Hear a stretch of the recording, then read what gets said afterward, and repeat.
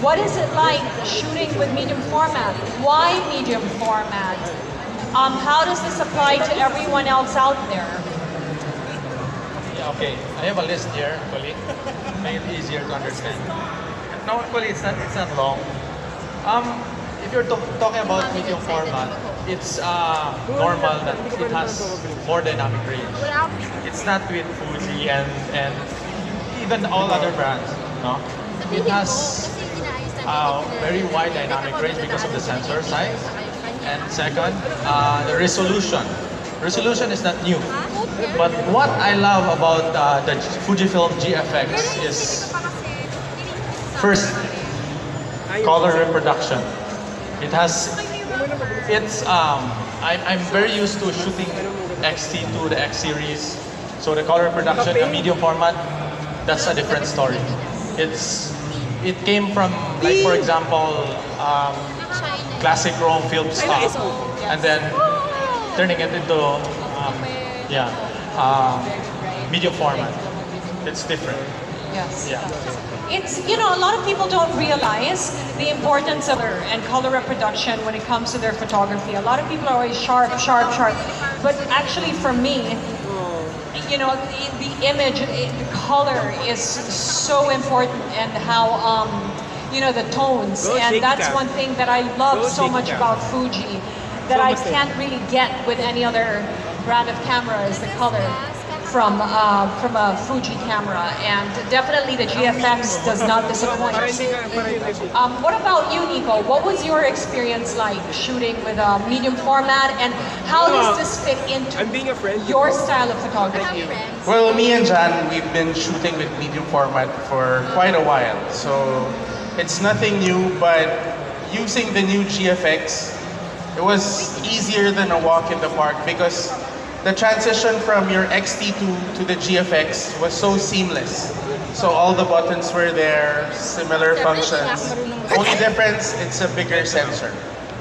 Okay, and especially when it comes to our work in the advertising field, color reproduction, dynamic range, and of course the size and quality plays an important role.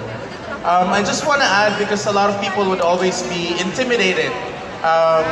Maraming takot pag sinabing medium format, ay mahal. It's a given. It's quite expensive, but honestly guys, kung titingnan ninyo side by side compared sa DSLR, hindi nagkakalayo yung presyo niya sa mga pro bodies ng ibang DSLR. So you guys think about it. If you're gonna spend this amount of money, 366,990 for the body, diba? It's compared to, yeah. Seriously, the lens is 75 for 63, 151 for this. It's just like buying a 7200 lens for your DSLR. This is 50 megapixel, 51.4, and the sensor is 1.7 times bigger than your 35mm full frame sensor. 50 MB for JPEG, 120 for RAW. So, what I actually see with this camera is not only is it on par in terms of the pricing, like what you said, it's actually smaller than a lot of the DSLRs that I am seeing. Also, Bianx, to add, how many here love to shoot landscape photography? Wala, ayun, okay. Me, I like. Compared to the usual medium format that me and Jan used to shoot with, the GFX 50, the 3 lenses and its body is actually good for landscape and fine art photography because it is weather resistant. Yes. So if you shoot landscape with this, you get the quality of the images. You can print big, weather resistant, no fear of it getting splashed by water, a little bit of rain, even in snow, low, cold temperatures, it'll survive. Exactly. So at least you know that that money is going to a camera that it's well spent. Definitely. Now, a lot of people are also, I think, intimidated if they're not professional. Will they need something like this? How is this going to benefit them? Do you think that medium format, or specifically the GFX, is something that hobbyists, you know, enthusiasts will also benefit from? Well, definitely like what Jan has right now. It's very light. It's still lighter than your typical DSLR without the battery.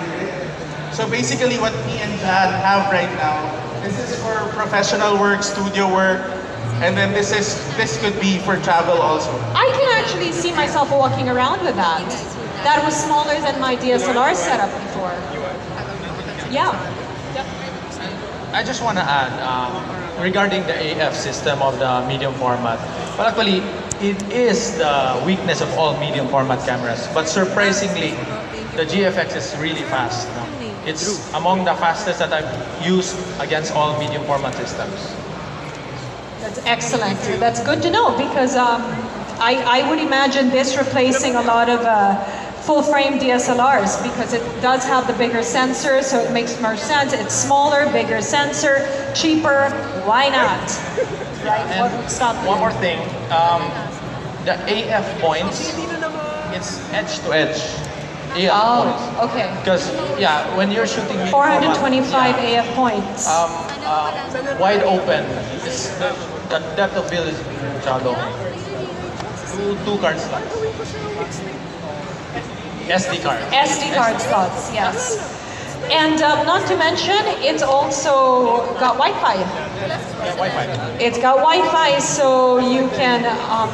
Everything yes. in XT. So Medium you can format. also put that straight to your blog, your Instagram. Not that you'd want 50 megapixels. That's why with the Wi-Fi and using the photos for Instagram, even on my phone, it kind of hangs and lags because the file size is really, really big. So even on your phone, it loads quite a while. Yeah, but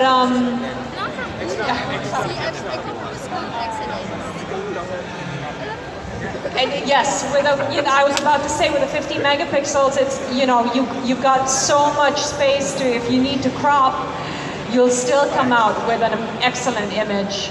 So that's great. Thank you so much for all those points. Certainly, I'm sure GFX will be a great seller for FujiFilm. It's their first medium format again. And I know they did launch other products, which I'm equally excited to talk about. So maybe I'll call Romel and Saiza to the stage now to talk about Hello. to talk about the XT20 and the X100F.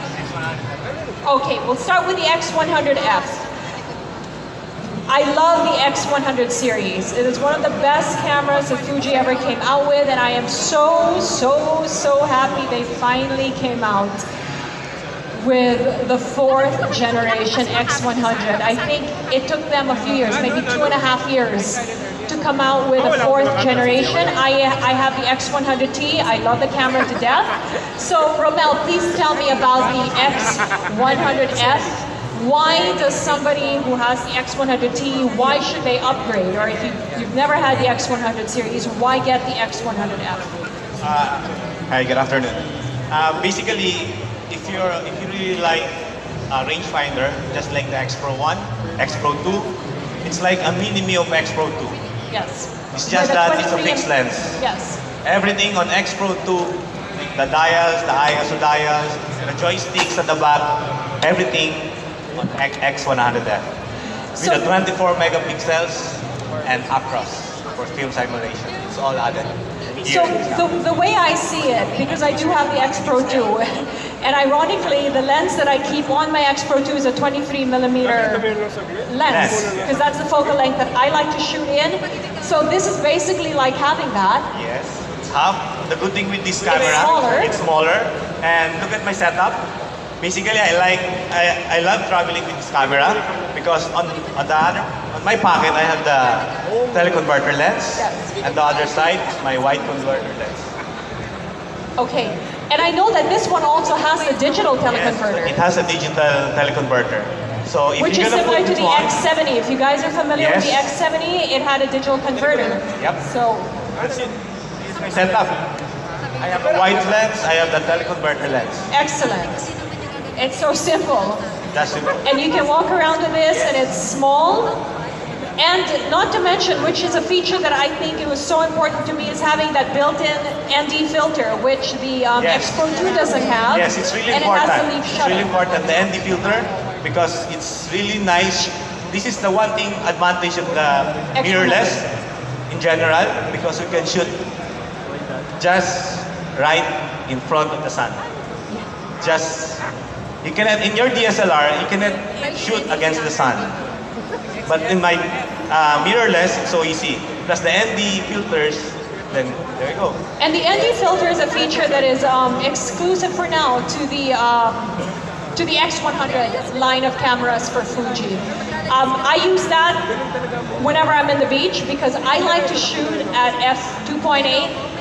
I like that very shallow depth of field, and I can do that when it's, you know, the middle of the day, well, noontime, you know, harsh sunlight. I can still get that shallow depth of field. Once I switch on that ND filter, boom, I'm done.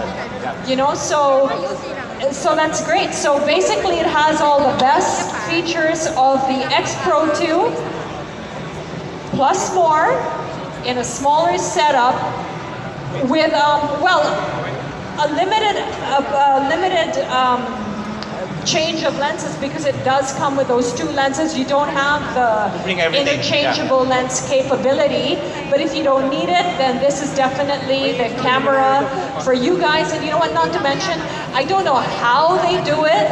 I mean, it's such a good looking camera already, and you think, wow, how are they going to make this even nicer? And for some reason, it still looks nicer. It's such a beautiful camera. And the camera that Saiza has over here, do you have the, oh, you have the X100F. So let's talk about the XT20. About the XT20, it's basically, it's the same as the XT10, but this time it has a 24 megapixel and a 4K video. Okay. Yes. So it's the baby brother of the XT10. Of the XT2.